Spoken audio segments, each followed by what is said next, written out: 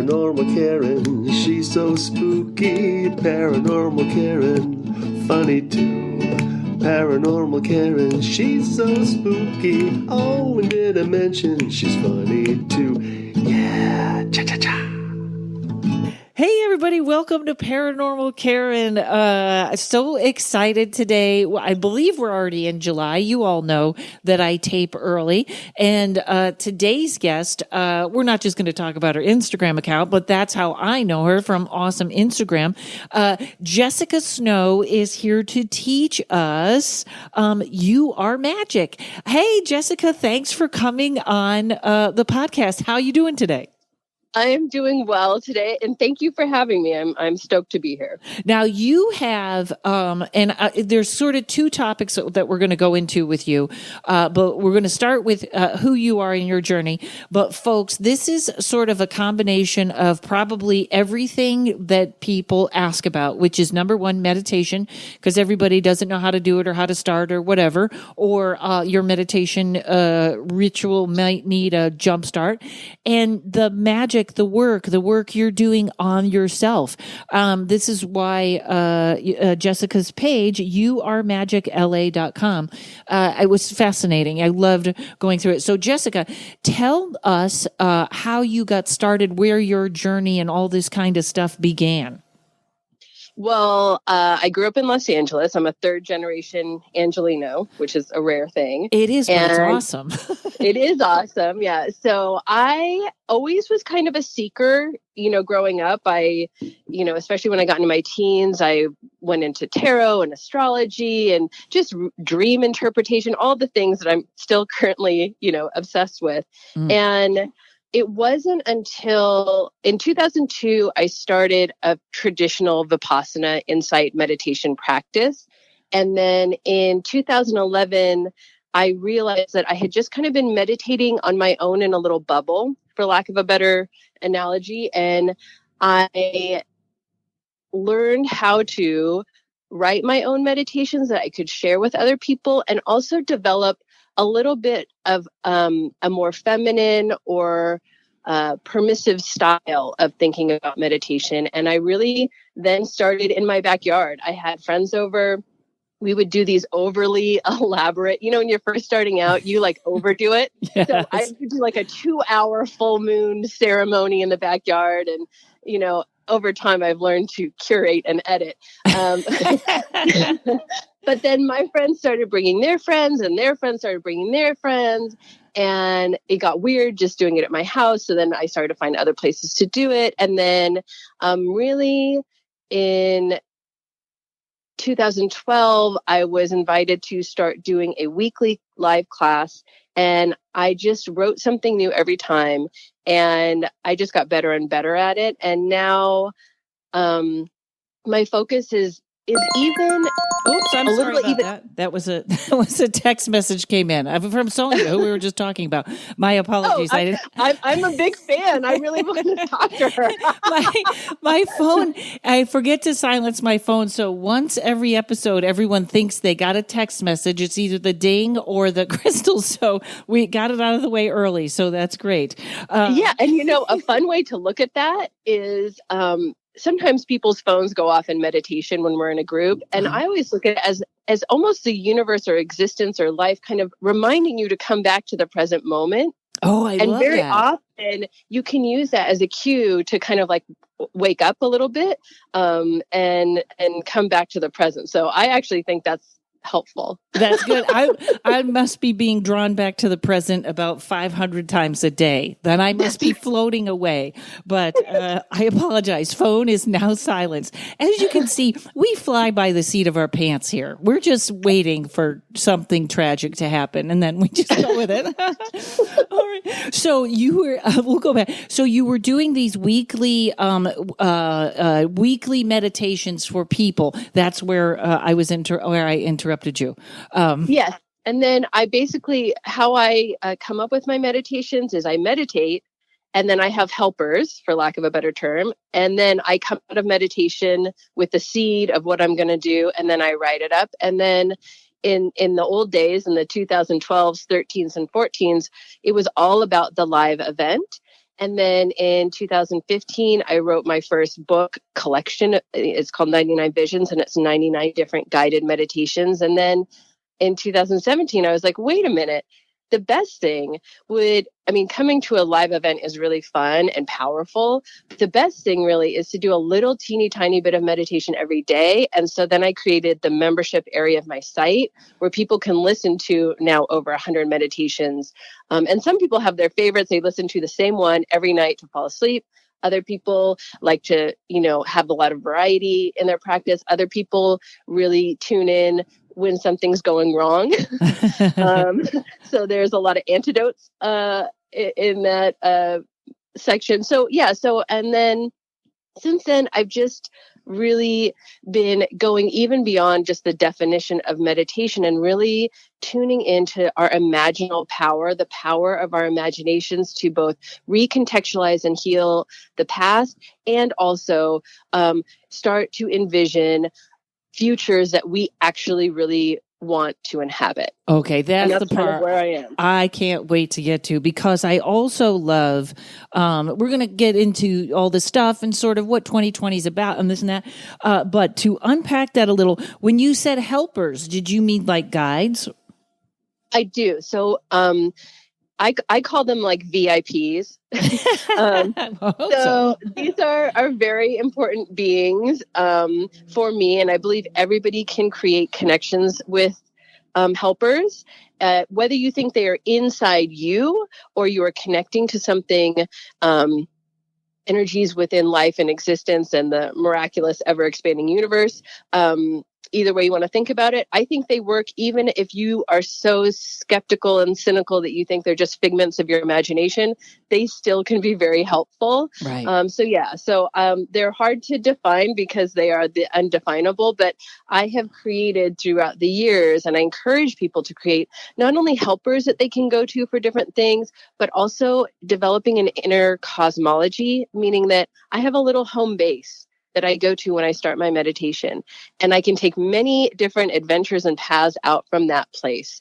And I have a little place that I go to if I feel heartbroken and I need healing. And I have another place in my inner life where I go to if I need advice. And does that make sense? It does. And when two things, I'm sure that you have some meditations for people that want to talk to their guides, right?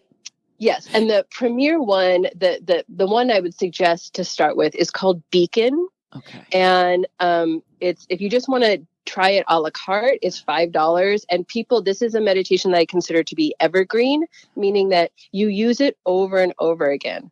So Beacon is a perfect meditation to connect with some high level, high vibration guidance. And this meditation is specially designed to put you in contact with some high level guidance that truly loves you already unconditionally as everything stands. And I've never heard of it not working. Well, it's very interesting because, I read tarot during the day, which actually almost all the time now because of being in lockdown, which I hopefully we're out by the time this comes out. But I totally believe in guides, and I believe that I know what two of my guides look like, but it always amazes me and it thrills me when I'm talking to someone else and I see something and I describe it to them, and the dialogue in my head is a little bit like, okay, you sound crazy. This person's probably thinking, oh, she's just describing anything. And then the person I'm reading for goes, that's weird. When I was a kid, I saw exactly that person or, whatever. So it always fascinates me that even though I'm all in, I still have that little bit of doubt. Yes. And, I think a little dose of that doubt is healthy and good for us. And also, for me personally, the little skepticism, the little doubt is like the size of a flower. Mm-hmm. And when I have a direct mystical experience, it's the size of a mountain. Does that make sense? Yes. So, you cannot deny the feeling of it, the direct experience of it. And that I think is the right ratio to kind of shoot for. It's like, we don't need to, I mean, our doubt and skepticism helps us a lot in general life. And even that inner questioning is like, am I doing a good job? Is this what, should come through? But then you say the thing and you get that confirmation and it's like, oh yeah, that's like mountain size. That I can really plant my flag in that. Yes. I teach a tarot class and there's a little Facebook group. And sometimes I feel like it's so funny because people are surprised when they're right. And I'm like, just keep focusing on that. You got this, because as you know, tarot is not an exact science. So you know what I mean? But it's just a wonderful feeling. Yes. Yeah, so make the most of your miracles, people. Now, when you said you have a home base, is that where you go when you meditate? I tend to sit on top of a pyramid. I have my own pyramid. That's how big my ego is. Have my own pyramid. So when you said home base, do you mean actual physical 3D in your home or in your mind? I mean, in my mind, yeah, 100%. Okay, so this great. is a place that I just naturally started to see in even when I was doing the more traditional style of meditation. And then as I learned a little bit more about shamanic practices and some other things, I was like, oh, I think I'm just going to keep going to this place over and over again. And each time I go, different things happen, or, I find a new path, or I find a new way, or I find a new process. And for me, it feels really helpful. And then also when, I always joke that no one comes to meditation when things are just fine. Right. And in life, I really rely on my meditation practice for solace, for healing, for rejuvenation, and many, many other things. And it just can be helpful if I'm not feeling all that, right? Mm-hmm. It's hard in the low place to be like, oh, I know exactly what I'm going to do in my meditation and blah, blah, blah. So having that home base, it's like, well, I'll just go there. I'll just get myself there in my inner world and then see what happens and let some help come through. I love that. Just curious, what does your heartbroken room look like? Is it pink? Well, it's not. It's actually outside, and it's a field of lavender, and it's on these cliffs, kind of by an ocean. Oh, right? I love it. So give me like a Jane Austen, refugee from a Victorian novel, runs out into the moors and throws herself on the earth and cries into the flowers, and then looks up at the sky and, takes it from there. See, that's so beautiful. My heartbreak room would be me in a room that's all red, and then Mothman comes in and carries me away. Yeah, and this is something that, I think gets lost when we talk about meditation.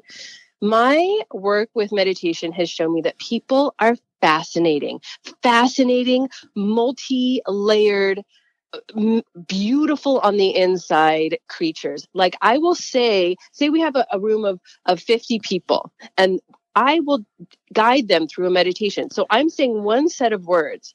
I over and over again, nobody goes to the same place.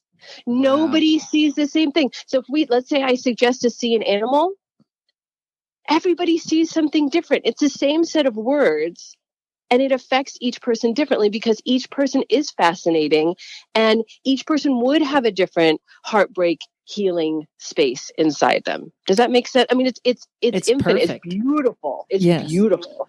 And here's the other thing I love about interviewing you is as you talk, almost every paragraph has something that I pull out and I go, all right, go back and you're going to ask about that after. And I just think it keeps leading. I mean that in a good way. It's like it keeps leading to the next place that I want to go. So we have 4 now. I'm sure they're going to open up more. So when people, I think this is where people get thrown off with meditation is there's this, every once in a while I do this and it works very well for me, but to just blank, like people think you just have to blank, and that's okay. Every once in a while I'll do a meditation where, this is so weird, I picture it like pudding and it's all black and it's just something that I go into that's almost like sensory deprivation. I'm just like in this, and I have to make it pudding because otherwise my brain will go, you're falling. So I just kind of sit in it and it sort of absorbs everything negative and it just goes blank. But that's very hard to sustain. So I think some people think that meditation is just blank out your mind. Nothing is happening. If anything comes in, you're bad and wrong. And, I mean, I love that you're kind of not in that space. Does that make sense? Absolutely. So this is something I've been dealing with my whole career. Is I will go to a party or dinner or something and people say, what do you do? And I say, oh, I do guided meditation. They go, I can't meditate. And I say, why? And they say, I can't stop my thoughts. And I just say, why would you want to stop your thoughts? So there's this major. So to me, meditation is a respite and a helper and a healer, and to get into some weird shame spiral because you have a beautiful mind that is so powerful that has helped you. Our minds have helped us our whole life, right? Yes. And to stop yourself from accessing this deep well of magic and healing because you have an active mind, it almost feels like a crime to me. It just feels like, oh, wait, let's back up. I feel like the mainstream ideas of meditation, and even where I started in 2002 with my training, it was very masculine. It was very easy to feel bad about how good at it you are. And that is the opposite of what I feel the core of meditation is and should be. And what the future of meditation is much more permissive. You can lay down, you can wear headphones, you can do it with someone else, you can have a nice time doing it, and it should be your soft place to fall, not another place where you're going to berate yourself, especially as women. We already have to look a certain way, take care of people, be pretty, be exercise. Well, and I have to have my mental game on point all the time so I can be inputting effortlessly. No, right? That's right. That's not in my mind, this is one of the biggest misconceptions. And this is also why I love guided meditation, is because I have been there before. Let me open the door for you and then you can walk through, as opposed to you searching around for the door. That is great. And also, yeah, it's sort of that, I don't know if I want to say taking the work out of it, but yes, because I don't know. I mean, sometimes I can clear my mind perfectly, but not that often. You know what I mean? Yeah. And also everything that happens, everything your mind is showing you is grist for the mill, right? So let's say you sit down to meditate and you aren't able to access the pudding state, as I will now forever call it. And you are noticing the same repeating, looping thought is kind of standing in your way of the pudding state. Well, instead of getting rid of that thought, let's invite it in. Let's have a little space between us, but let's stay present with that and let's get involved with it. Let's use the power of our inner life to recontextualize it, to see what the old story was, to create and imagine a new story, to see how that feels. Oh, it's not quite right. Okay, let's make a little adjustment. Meditation can be an alchemical practice where you transmute and transform things. Does that make sense? It makes perfect sense. So if you're always pudding, right? Mm-hmm. What are we working with? What's changing? What is activated? What is, to our souls or our spirits or whatever you want to call it, the things that are hard, the things that seem like obstacles are the most juicy, delicious parts. Wow. Right? That's the stuff. Who wants to be, there's no there anyway. But even if you want to fantasize that, there's you're going to have one enlightenment moment and you're going to be enlightened forever. I don't know, even me, I like those little glimpses of nirvana and satori and enlightenment, but also my soul likes living and it's a big mess and I'm doing the best I can. And the work of it is actually a pleasure. Does that make sense? It makes perfect sense. In fact, I always tell people it's such a funny, it's a funny thing about perfectionism because we all seem to think that's the goal. But I think it's funny in tarot, the perfectionist card is also the destruction card because it just destroys us. But okay. Hey, hold on one second, Jessica. This is fantastic. We'll be right back. Hey, everybody, it's me doing an ad for me. That's right. I keep forgetting to say this at the end, so I had to take out an ad on my own podcast. First of all, thanks for listening, and I love all your feedback. If you have a comment or a story or just want to say hi, email me at karenrontowski@gmail.com. Also, go to karenrontowski.com or paranormalkaren.com, and you can get my tarot class. That's right. It took me 2 years to put it together. It's 8 classes, about an hour each. You will be reading tarot by the end. While you're there, sign up for my email list. Everyone should do this. I only send out an email about every 2 to 3 months, and it's filled with typos and misspellings, so you know I haven't been kidnapped, and that's the best way to keep up on comedy, dates, and whatever is new. While you're there, you can book a 30 or 60-minute tarot reading, or you can get a gift certificate for somebody else. I got a little bit of merch left. If you want a Paranormal Karen Shungite sticker for your phone to make it safer, you can email me about that, or I now sell Paranormal Karen reusable straws. You take them with you wherever you go. Maybe you're doing cocaine with someone that doesn't look like they're clean. Boom, you got your own straw. karenrontowski.com.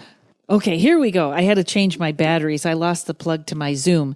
So I made poor Jessica wait. It's funny.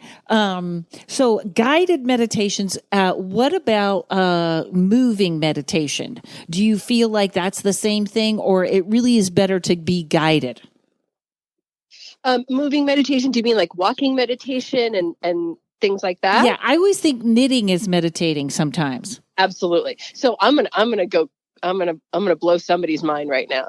Not only do I think that moving meditation, walking meditation, knitting, if you really like gardening or cooking or dancing or singing, certainly, there's so many things that can be done in a meditative way. And I here's the gonna blow your mind part. You can meditate with your eyes open. You can do driving meditation. Ooh. You can meditate while you're in the shower. I have a shower meditation. You can meditate with your eyes open while you're eating something. One of my new practices in this, a heightened rapid evolution time of 2020 is, consciously pouring myself a nice glass of water, really noticing that I have water to drink, drinking the water, feeling it go through me. It literally takes 3 minutes and then going back on. So anything can be approached in a meditative way. And just because a meditation is long or looks like meditation on Instagram doesn't mean that you're going to get the most out of it. Actually, sometimes these little micro moments add up to something even more profound in terms of your state of being, your state that you're living in. Wow. And creativity, I love that you're talking about the power of imagination, and like people see different places, almost like we all kind of have our own dimension or our own place to go. So creativity actually seems to happen naturally on these guided meditations. Absolutely. And I also teach soul collage, which I don't know if you've ever heard of. Oh, I didn't. I got that. That's going right at the bottom of the list. Soul collage. Yeah. We're going to get to that. Okay. Yeah, it's basically where you create your own oracle deck. Oh, great. But where that's linked in is that I feel like creative practices and contemplative practices can be combined and be exponentially more effective and powerful. Wow. So when someone, let's say I'm an artist and I feel like I'm blocked, I would go to your space and I would find that right meditation, and it sort of just opens up the mind. So for that one, I'm going to suggest a meditation called Lightning Rod, which is all about drawing down the divine idea and letting it flow through you and manifest through you. So it's drawing down the divine thing and making it manifest on earth through you. So that is like a good example of something. There's also, I hope this is okay. Sure. Everything's okay here. Yes. Okay, good. But just to think about imagination, not only in terms of creativity, but imagining what you can create in your life experience. This is the part collectively and Yes. individually. Yes, go This ahead. is the part I love. Okay. So, and the lightning rod, the thing with the idea coming down, I love that for a couple of reasons. Did you see, read that book, Big Magic by Elizabeth Gilbert? Oh, yeah. And she talks about that, about ideas coming down, and almost like how they used to say, his genius is with him instead of making the person. Yes, he's visited by genius instead of, because it takes the pressure off the person that it's not all theirs. I love that about the idea. Okay. So, it is an interesting thing, and you're the first person I've ever heard put these two together, which is about the power of imagination, manifestation, and meditation. Did I put those three together well for you? Absolutely. Okay, this is all the stuff that I love. Oh, good. Tell us how that works. Well, I mean, I really feel like, and I can't separate our conversation from the moment in time that humanity is in right now. I can't. So I'll just speak from this point in time. I really feel like humanity is about to up level. We are in a process of what I'm calling rapid adaptation, rapid evolution. And I also think we are on the cusp of collectively being able to access many, many, many what some people might call spiritual or mystical gifts, abilities. And I think that is what is happening. And I don't think it can happen without our ability to imagine. And I don't just mean imagine like I want to paint a painting, so I imagine what I'm going to do and then I put it on the canvas. I mean, zooming out big time, and what imagining different kinds of futures and different ways of contextualizing our past, and really tapping into the human ability of story and the power, recognizing, being able to meditate so we can see the story that's going on, and then also being able to envision something different, something higher, something better, because until we see it inside ourselves, it's hard to create it. Wow. I feel like I've said, and I don't know why, because, my podcast can go a little doomsday. Like, I don't believe we're in Armageddon, but I go the dark way. And I have my moments too. Yeah. And I feel like, on a different podcast, I said, and I don't know why, I feel like art is so important right now. And I've said to someone, I believe the artists their mind is going to be the 3D printer of the future, which is kind of exactly what you're talking about here. I love that. Yeah. So, and I'll even take it one step further. We are all artists in this case. Everyone. This is, I think that we're living in such a unique time. And I think that, even if you're listening, you think, well, I'm not creative, or, I don't make things or whatever, or, I'm not good at making things, I can guarantee, are creating love to give to someone or some animal. You are participating and communicating in the greater collective experience. 100%. I love that. Even if it's just creating love, that's great. It's so interesting how many people have been taught what they can't or shouldn't do. Like I was the athlete. My sister was the student. So Karen's not the student. She's the athlete. Like so many labels and undoing instead of just being. Exactly. And so then with that, let's take that. Karen's the athlete, not the student, right? So when you're present, you can recognize, okay, that's a recording that's looping in my head, right? So instead of getting mad about that or not wanting to have that thought, we are grateful for that insight, right?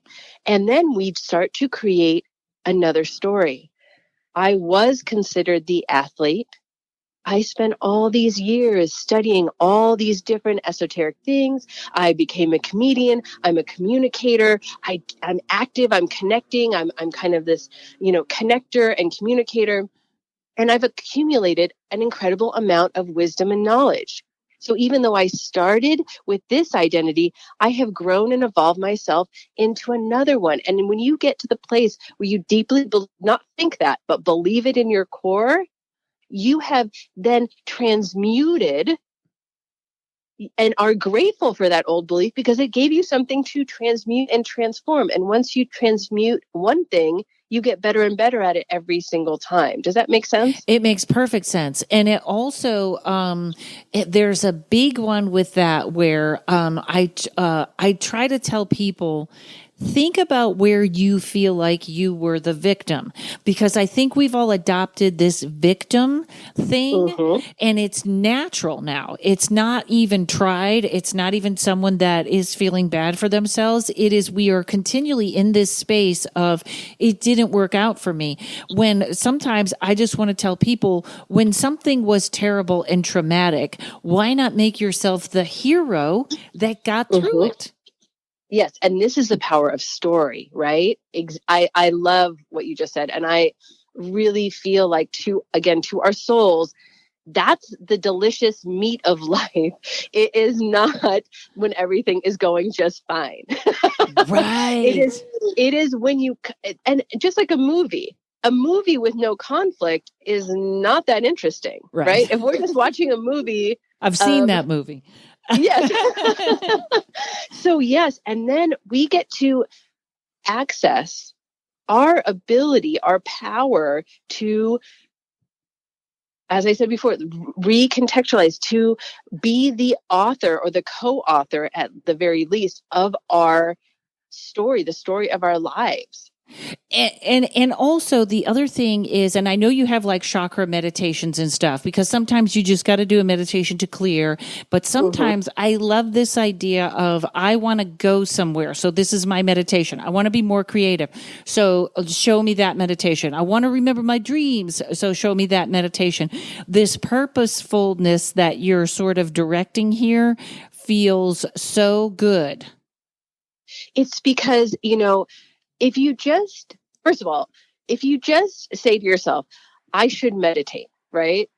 Well, that's a real can of worms in our present society. So what I am attempting to do is, one of the most popular meditations the last 3 months has been this meditation called Release. And all it is releasing the things you no longer need down into the earth to be composted, recycled, and that frees up that stuck energy. Well, quite obviously, we are taking in a lot of media, a lot of information. So it makes perfect sense to me that this meditation called Release is hugely surged in popularity with people, right? Wow. Yes. Because it has a specific function. It's highly possible that as you do that meditation, you might start working with a guide. You might find your inner home base. But those will be welcome side effects. And it helps people, I think, to know what they're looking for, to know that they need to heal, or to know that they need some information or whatever it is, or they need some willpower and like a fire in them to do what they know needs to be done. So I try to create these things that are really a door opening onto that subject. And then really, because people are fascinating and each person has their own thing, then you can choose your own adventure within that. Now, that's very interesting, because there were two things that I did that were very, I think they were instinctual, shall I say, is when the quarantine went in, I put the computer aside and pulled out the iPad and almost only used my iPad. And I don't know if I'm kidding myself, but that iPad screen seems way gentler than getting locked into the computer. In fact, now I'm getting the iPad Pro because I don't want a computer anymore. I don't know what the difference is. And the second thing I did was severely limit the news, because it's continuous fear now. Yes. And so let's look into that a little bit. I feel like your audience can handle this conversation. Yes. There's an agency problem or situation with the news. We have to zoom out and understand that whatever kind of news, and I'm going to include social media, all social media platforms in this as well, we have to understand that at their core, they are a business and they make money the more we look at it. Mm-hmm. That's in the background. It's nothing bad. Capitalism is here. That's the ocean that we're swimming in. But it's good to be aware of it. And it's good to not so readily serve ourselves up. There's a funny Richard Serra thing. I have it right here. It is this. So this is from the 70s. You know who Richard Serra is? He's he is an amazing sculptor. But he says this, you are the product of TV. You are delivered to the advertiser, who is the customer. And I think it's very interesting so you said, I'm restricting my news intake. Well, the news is we are a product now. Our information, our attention is the product for the corporations. And so it's good to recognize what is happening behind the scenes, whatever the content is on that screen. Does that make sense? Yes. And you're in safe area with my folks, because I go way over the top with, now they're all owned by the same people, blah, blah, blah. It's almost interesting. I know that we're way off on a topic, but it's almost interesting to watch the news and then watch Twitter and watch, I don't know. It's like, I guess Twitter is watching the reaction or the anger from it, but Twitter has turned into something where no one's even reading anyone else's tweets. Everybody's just putting stuff up. But that's a whole nother podcast. I know exactly. Yes. So it's almost like we got the president we deserved. Yes. And also this is going to sound crazy. He may be a gift. I know there's a couple of conspiracy podcasts where I'm nodding exactly. Not that I love him or would vote for him, but no, exactly nor am right. I. Yes, you're exactly. And here again, when we're talking about the news, here's another opportunity to reclaim what I call our inner sovereignty. So in my opinion, one's inner world is the one place where you are absolutely free. You are absolutely free to create your own sovereign land inside ourselves. So when you say, I restricted my news intake, what you were doing is reclaiming some sovereignty for your inner being, as opposed to these external things that you could tune into or could not. And some people are getting a little addicted to those external things. So I think this process of really thinking about, okay, I'm going to reclaim this for myself. I'm going to reclaim this emotional space. I'm going to reclaim the psychological space. It's I think, one of the great spiritual practices of our time. Wow. And you know what else too? It is a practice of seeing, who do I want to be in this? Because, so people, when we're taping this, it was right now Minneapolis is on fire. And I had a weird thought, and please don't let anyone be offended by this, but I was thinking, because I understand the rage of the protesters, and years ago I would not have understood. I would have been part of that group that goes, why do they have to burn things? That doesn't prove anything. And now I realize that's the only way these people are being heard. That's the only way they're being heard now, because they had to go this far to do this. And just whatever apology I need to make, I'm not saying burn things, but I get it. I totally get it. Now I do too. And also, let's go into an empathetic space. Right. When it is an expression, it is of deep, profound hurt and rage. Mm-hmm. It's probably not, when we are looking at it from the outside, we're using our mind to make up a story about it. But if you just go into the feeling space of people like me can just be killed by police, what does that feel like? Well, it feels destructive and awful, right? And no trust in the universe. And right. And it's like, this rage, I can't hold it in my little human form. This sadness, I can't hold it in my little human form. I can't hold this hopelessness, and that no one is helping, and all this in my little human form. So it's got to come out. Mm-hmm. It has to come out. even, yeah, I mean, just I can feel it in my stomach, in my body when I think of it that way.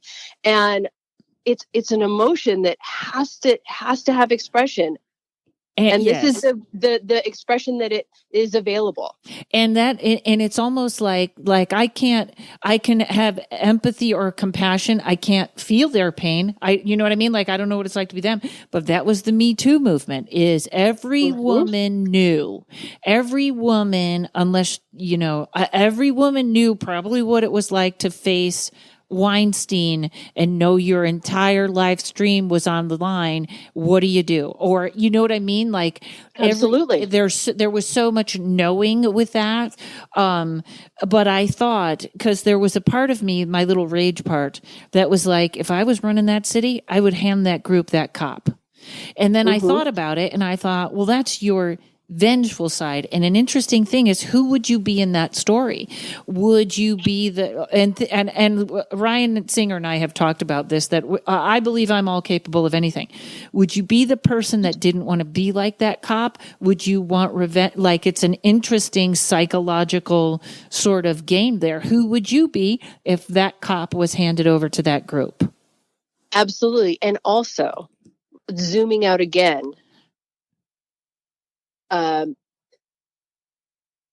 he is an individual. Yes. Let me put it to you this way. This is a metaphor I use a lot. So, the metaphor of our conscious mind is the tip of the iceberg. Our subconscious is all the iceberg that's submerged, right? Underwater. But we all have to remember that all of our icebergs are in the sea of the collective. Okay. So from a zoomed out perspective, it's not just him. Right. It's the whole system. It's the whole ocean. And all of our icebergs, what a better person, or who I want to be in that story, is the iceberg that is working on the systemic oceanic issues, right?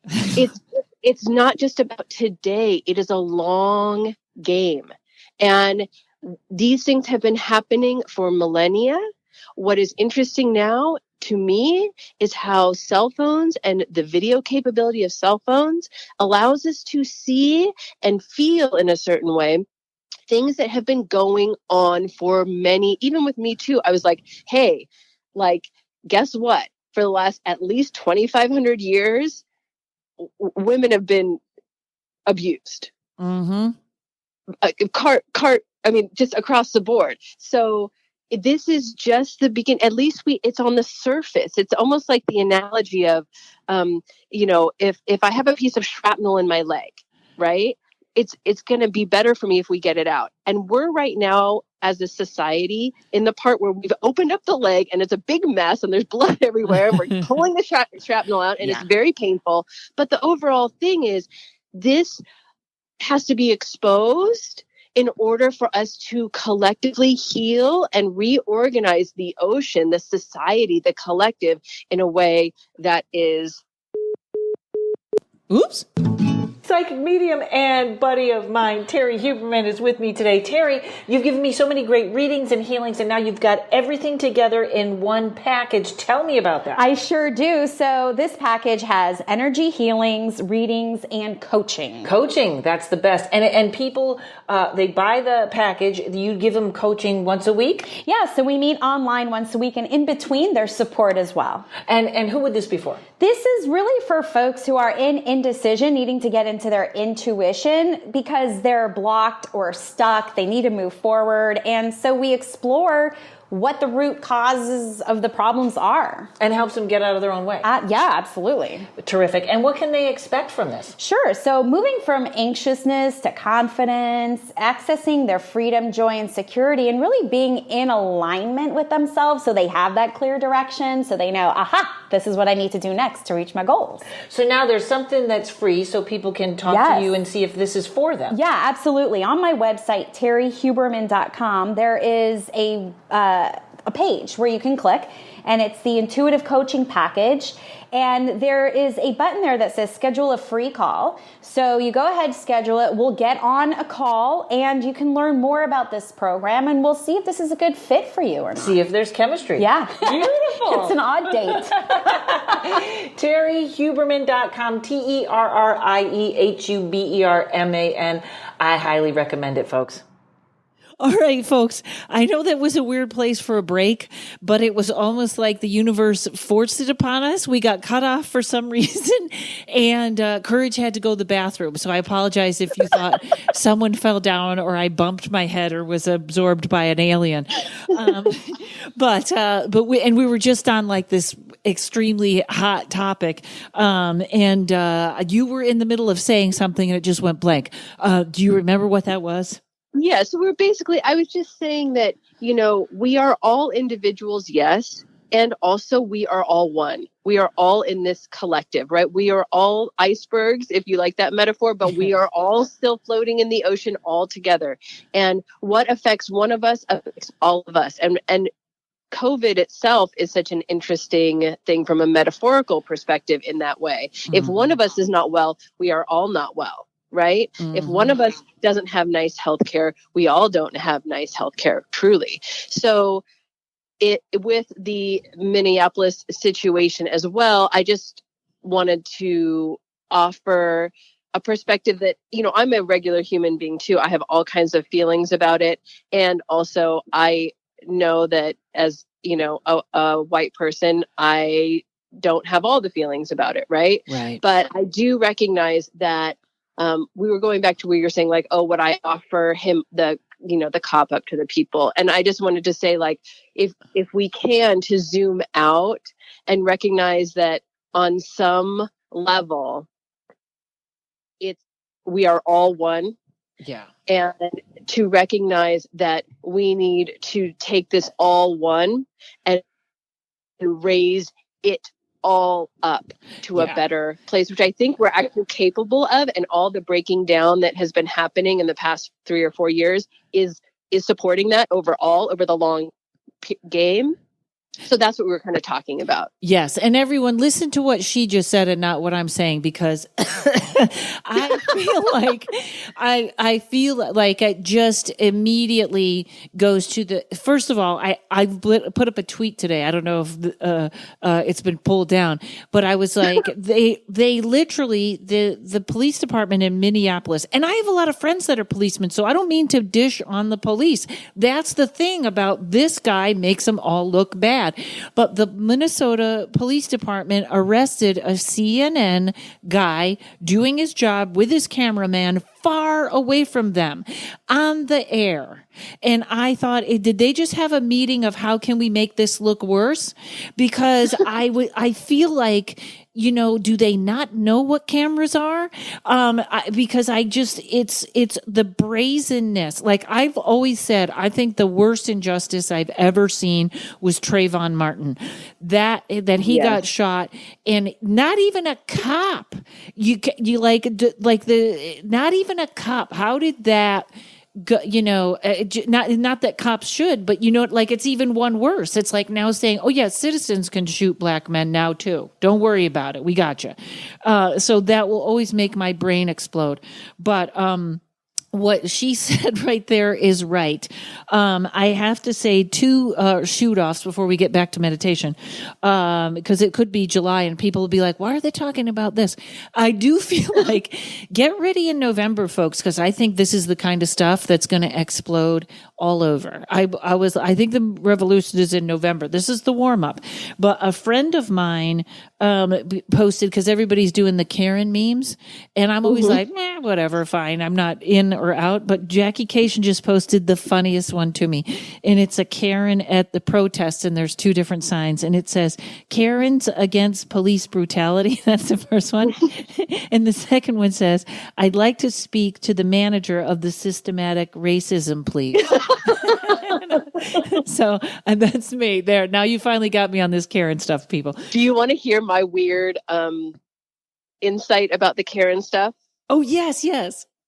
So it's very, it's actually more, mystical of an insight. But Chiron had been pronounced as Karen, and I think that Chiron, if you don't know, he was in the Greek mythology a centaur, a healer, known as the wounded healer, and I just think it's interesting that phrase Karen, and also care.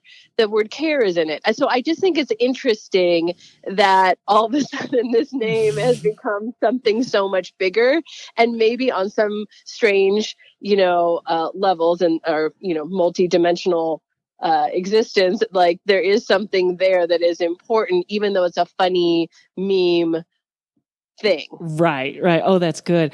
I love that. Actually, I'm gonna pursue that now because I like that better. And also, before we switch topics, folks, there's a great article in this at this website called Medium, who is doing just the best stuff, and it's called 75 Things White People Can Do for Racial Justice. Mm-hmm. And check it out. It's really good. I think I got to the third one or the fourth one that was shop at Black-owned businesses, or it's called Buy Black. I think that's the website. But everybody check that out. Okay, anyways. Now back to my guest that I got. But you had a great answer there. So everyone listen to Jessica.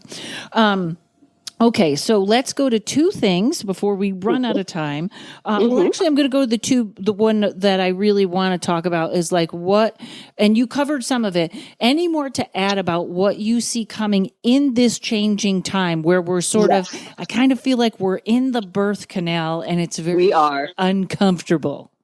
Yes. So I believe, like you were saying, the end of 2020 is going to require our most strong, connected, elevated selves, not only for the collective, to help the collective, but also to protect and also heal on very deep levels ourselves. These two things I think are going to be happening at the same time. I think it is going to be like in March, people are like, oh, this is such a hard time. And I was like, in the back of my head, I was like, oh, but wait till December. I was thinking the same thing. And this is, I just want to, as I'm saying that, I don't want to, I'm not here to scare anybody or anything like that. What I want to introduce is this idea that, again, to our souls, the things that feel hellish for our earthly selves are actually the most interesting and developmentally juicy to our souls, our spirits, our inner being, whatever you want to call it. And this time period, although it is so hard, and it's going to go on for a minute. I just really want people to think back in your own life. Isn't it those harder things that actually like made you who you are and formed you and made you more able to handle things in the next parts of your life, and really look at it as these issues that humanity as a collective is dealing with are, yes, challenges, obstacles, painful, and also they could be, if we approach it correctly, the next things we are going to master as the human collective. I hope so. And, and it is hard. And I've gotten some really hard lessons, but I've been very lucky because my tarot business is up. I can't imagine. And I know a couple of comics that committed suicide, and God, folks, help out, whatever. Sorry. Yes. If you need, whatever you need, but there is a part of me, I think now is our healing, later is going to kind of be country-ish stuff. I don't mean to compare or belittle, but my example of the way this year started is we booted the Kurds out of their home. We told Syria, our country told Syria, go ahead. We made a whole bunch of people grab a bag and go. That's hard.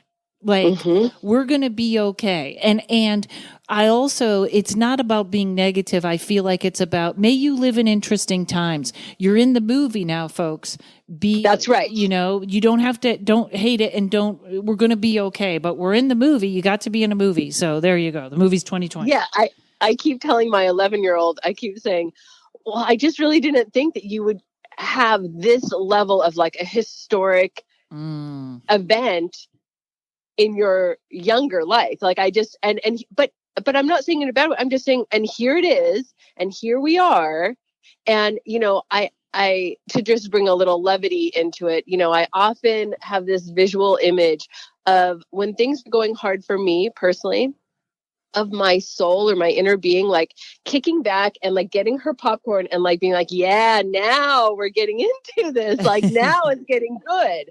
Now something can happen. Now there's been this breaking open. Now something new, like you said, a birth can come through. And one more little bit of levity is that, my son's been out of school since March, and the rumors are we won't go back till January 2021. So that's about 9 months. So I'm calling it the second pregnancy because we are together all the time.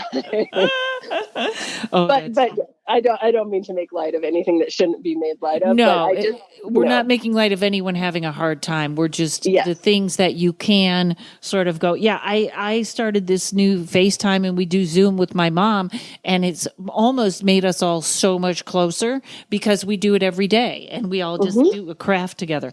Okay. So now let's get to Soul Collage and what's going on with your website and where people can the whole thing. Let's start with Soul Collage. Tell me about that. Okay, let me just add one little thing. If you are having a hard time, please know I am the worst mystical business person in the world. I always, on my site, the second thing that you'll see in the navigation bar is the word free. You click on that. Every month, I offer so many free meditations and other resources, because really meditation is free. So if you're having a hard time, still come to the website, click on free. It's no strings attached. You don't have to. And also people love my weekly newsletters. Those people find helpful. That's also free. So I've got, if you don't have money right now or something like that, like still come, and there's lots of stuff there for you, and it's always changing, and I'm matching it to the kind of cultural zeitgeist of what I'm offering. Okay. That's your love and giving. That's what is always available. Yeah. So that is there for you. If you have access to the internet. So Soul Collage, I'm obsessed. I went accidentally in 2016 to what I thought was a dream interpretation workshop in Montecito. And it actually was a Soul Collage workshop, and I fell in love. And my friend and I, she is a fine artist and animator. She does collage animation. And I obviously, do this inner work stuff. And we learned how to teach Soul Collage because it has helped us so much. And basically, it is a process of simply making your own oracle deck through the act of collage. And our website for that is artbymagic.com, which you can get through my website. But it is such a fascinating process. I love tarot. I love oracle decks. But there is something about my deck, which is now over 150 cards in my deck, my personal deck. In Soul Collage, you never use your deck for anyone else to interpret. You don't comment on someone else's deck. It is just for you. And there's something about that is so powerful. When I pull a card that I myself have made, there's no need to go to a book and read about the Three of Swords. It's like visceral. It's like, oh, I know what that is. Like in a way that would even be hard sometimes to articulate to somebody else. It's like, it's so intimate and it's so sacred. And we don't even share pictures of our cards like on Instagram or anything like that, because it is such a magical tool and we have to keep the container of it really safe. The pleasure of making cards is phenomenal. And that's what kind of hooks people. But doing readings and working with the cards, with Soul Collage cards, we do all kinds of things that people can do with tarot cards as well. Like, let's say I'm having a hard time. So I can intentionally find the card that kind of represents that feeling, or if I've made a card, and then I can pull 2 other cards to help this situation change. It's so, and it works. It's so fascinating. I'm obsessed with it. Obsessed. I think you just made me obsessed with it. I was, it took me 2 years to put together my tarot course. And when it was done, I thought, I'm going to try and make an oracle deck, but it's like, I get the cards as they come. So basically right now I have 3, so I'm so far away. But this is brilliant because, for example, you could put in your own, like, I could put in my own control issues or my own childhood memories. Oh, yeah. Oh, I love this. And this is, so let me share a little story. So speaking of control, so I made a card to personify my inner critic, and it's like a CHP officer and like from the like an old 70s magazine, and you can't see his eyes. He has like those aviator like reflective glasses. And his name was revealed to me as the strict man. So he's the strict man that lives inside me. So when I used to pull him, I would get kind of bummed, you know, like when you get a certain tarot card and you're like, oh, I don't like that. And then one day I was in meditation with him, kind of like asking him, like, what's going on? And he said, I've been helping you. He said, I've been helping you your whole life. And he pointed out this, and this, all of that you were able to do because of me. So now that's transformed my relationship with this part of myself that I used to feel bad about. And now when he comes up, he either gives me one of 2 messages. One message he sometimes gives me is, you know, you can be a hard charger. You're a little intense. You can be a little critical. Let's take it easy. But other times I pull him and he says, you know what? You got to go and get this. I'm going to help you. You're going to have all my strength, power, intellect, judgment. It's all here for you. So do you see how that transforms this thing that used to just be like an aspect of my character that I quote unquote didn't like? Mm-hmm. And now I can access his power. I love that. You could do a card for rage, right? And then rage gets to come to the table. How did you know that would be my first card? Well, I was going by your heartbroken room, red room thing. I'm just kidding. That would be my first card that I had to work on. It would be. Right. But not work with. Now, rage is, first of all, contained in the card, which is helpful, right? Because it's not this big giant thing. It's something to dialogue with. And then it can come to the table. It can be seen and it can be heard. All these shadow parts of ourselves just need to be brought into balance. They don't need to be eradicated. And this is individually and collectively. So let's say we make a rage card. We bring rage. It's like, oh, I need to talk to rage. Now we can talk to rage and rage is going to say, hey, I'm protecting you. Or, hey, I'm doing this. They are, all the shadow parts of us are on our side from moving their us forward. Rage can move you forward. It can. It certainly can. It can also say, I need help. And then you go, okay, I'm going to make a card to help you.